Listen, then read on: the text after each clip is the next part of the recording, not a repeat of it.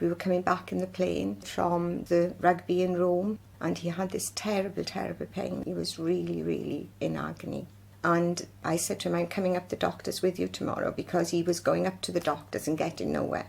And I saw the GP with him, and I said, there is something really wrong, and I'd like him to have an MRI scan. We can't do that, she said. We've got to follow protocol. And she said, we'll send him for an ultrasound scan.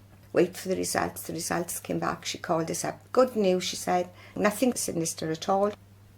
Terry got gradually worse and worse. She said, we'll send him for an isotope scan. This is weeks going by now. They thought that he might have something like rheumatoid arthritis. So we said, right, because he was in constant pain, we'll go private. We saw the rheumatologist consultant. He gave Terry a thorough examination. I don't want to alarm you, he said, but I'm really not positive that you haven't got an underlying tumour. I would prefer you to have a CT scan. Terry went in, I sat in the waiting room. The doctor came out and he said, Mrs. Pugsley, I want if you'd come into here with me for a minute. And I knew then, because I knew my husband and I knew. And he said, I don't know how to say this to you, but you've got a mass. So he said, you need to see a kidney consultant. We had to wait for an appointment. We were waiting, but it wasn't coming, so we went private again. He said, we've got two options. We either shrink it first with radium or chemo, and then operate or operate. And Terry said, I'd want the operation, get it out in treatment after. And that was what was going ahead. But it had to go to an MDT meeting. They felt that it wasn't a typical kidney cancer. We had to have biopsies then, and we had to wait for the results again. It had to go to the MDT again, and then it was not conclusive. So he had to have another biopsy, and this went on and on and on. And it is coming back non-conclusive, 3 biopsies he had. So therefore, they were going to refer him to a sarcoma team. In the weeks that we were waiting for this, Terry was 6 weeks in the house here, and he was in agony. I kept ringing my GP, and they didn't come down. And then he was here one day and he was absolutely in agony. And I rang the surgery and said, could you send somebody down? Can you bring him up? I said, I can't get him off the settee. He was in such pain.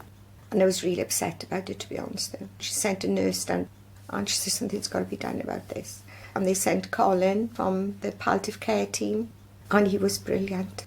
It really helped him. Well, we waited for the sarcoma team to come on board. And then they turned around after weeks and said that they didn't feel it was a sarcoma. We were like a ping pong ball. Then all of a sudden we heard from Dr. Putney, and she said she felt that somebody had to take onus on this.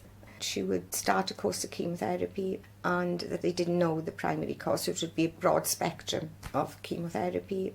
I said, I can't believe in this day and age that we can't do something to find the primary cause. And Dr. Putney took this on board, and then she came back and she said that there was a Mr. Lort that was willing to do a biopsy of his lung so that they could see if they could get live cancer tissue. And he was only going to be in for 3 to 5 days. And he died 2 days before my birthday. And what I don't understand is, and I would really like to make this point clear, cancer is so spoken about now. Why don't they look for that first, eliminate that and go on to other things? And then people like Dr. Barrington and Dr. Putney wouldn't get patients that they can't do anything other than palliative care after, rather than a cure. There's big results in cures now with cancer, and people are living much longer with it.